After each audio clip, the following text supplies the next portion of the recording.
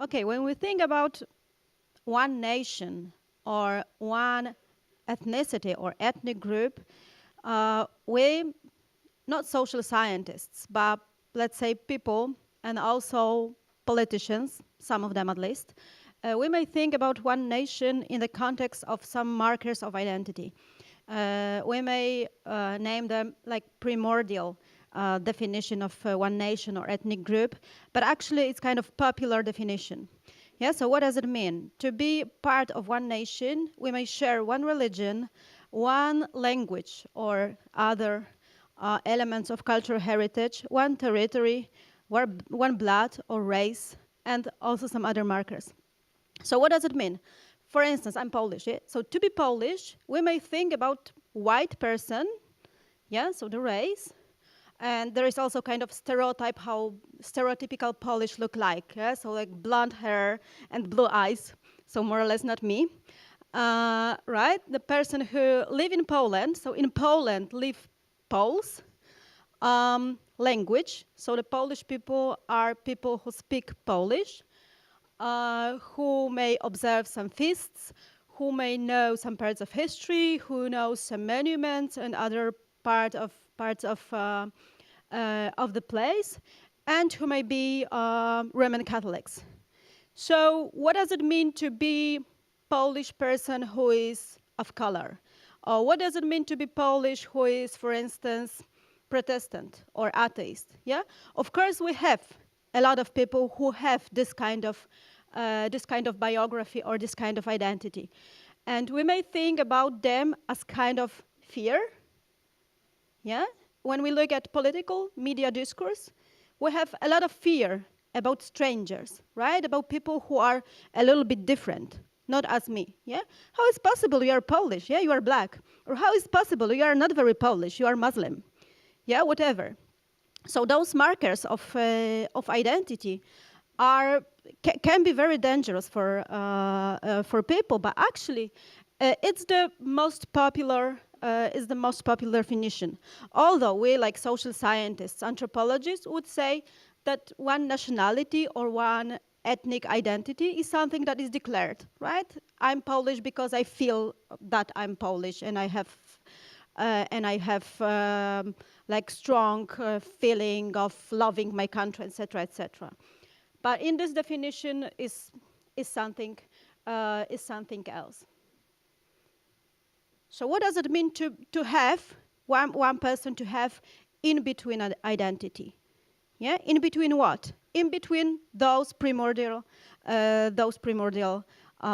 markers of identity. Yeah, here you can read a definition of in between identity made by anthropologist Thomas Erikson more than 20 years ago. Yeah. So I quote, there are some groups or individuals who are betwixt and between, who are neither X nor Y, and yet a bit above. The actual group membership may be open to situational negotiations. It might be ascribed by a dominant group, or the group may form a separate ethnic category. Right? So this definition is very important because we will see this kind of negotiation about the situation and also situation and situational identities. We may talk about in-between generation. Yeah? In the context of migration, there are a lot of literature, a lot of texts about generations of immigrants. Yeah? We may think about like first immigrant generation, second immigrant generation. There is also a category of like 1.5 generation. But I introduced this in-between generation. I introduced this concept in order to show that actually we can think more widely about the concept of migration and the concept of diaspora. Yeah? When the people are migrants or immigrants, and when they start to be part of diaspora. Also, it is kind of in between country of origin and in between country of destination. And also because I researched those people who are young and who were born in the country of origin, and as a little children they came abroad. It's also somehow in between as childhood and adulthood. So actually, as I said, this in between generation is something that is very dynamic, right? They are right now in between generation, but in 10 years they will be, I don't know, maybe we will call them second generation, because they will be more Italian than Macedonian to somehow. So is it something that is very in short period of time, and it's very dynamic. But actually, it is related to everyday practices, to everyday negotiations, to everyday conflicts. So what helps you choose who you are? You ask very difficult questions.